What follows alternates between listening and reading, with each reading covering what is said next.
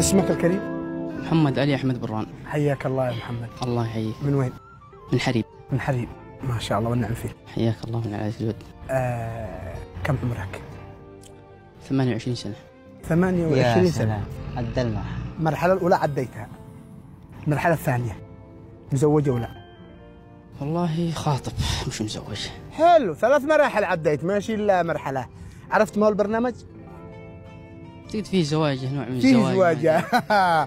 برنامج اسمه زواجك علينا. الآن أنت عديت 3 مراحل، باقي لك مرحلتين.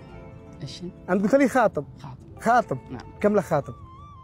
والله تقريبا 5 شهور 6 شهور. قريب يعني. يعني طيب. قريب. قال لك خاطب.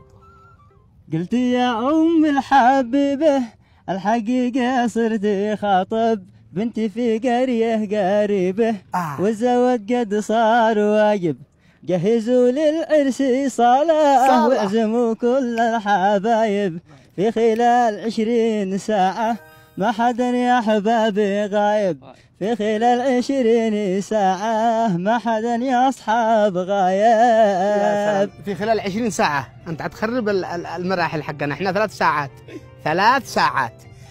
قل لي، قادر تصرف على بيت أو تفتح بيت معروف، معك عمل، معك شغل؟ أيوه الحمد لله. الحمد لله. عمل الحمد لله. شكرا. 4 مراحل عديت، المرحلة الأخيرة، وهذه المرحلة في خلال 3 ساعات تتصل لعمك اللي خطبت منه وتقول له البرنامج اشترط علي اني تعقد لي في خلال 3 ساعات ونسلم لك 2 مليون ريال. والله يا بالنسبة لعمي ما عنده مشكلة، لكن يا أخي الحبيب وأنا الحمد لله قادر، لكن في ناس يا أخي، في ناس ما يقدروا يتزوجوا. ايوه. ناقصهم يا بيت يا زلط يا أي من هذه الحاجات. الحمد لله أنا قادر، لكن بايعين ربك بإذن الله. يعني متنازل الواحد يعني ما عنده شيء. هات خشمك. والله تسلم. الله يسلمك.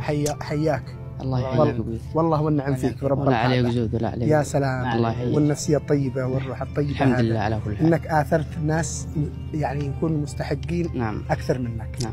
أنا أشكرك. الله يكتب الأجر. الله ويزوجك إن شاء الله. الجميع إن شاء الله. الله جميع الحاضرين بإذن الله. عاجلا غير آجل إن شاء الله. آمين.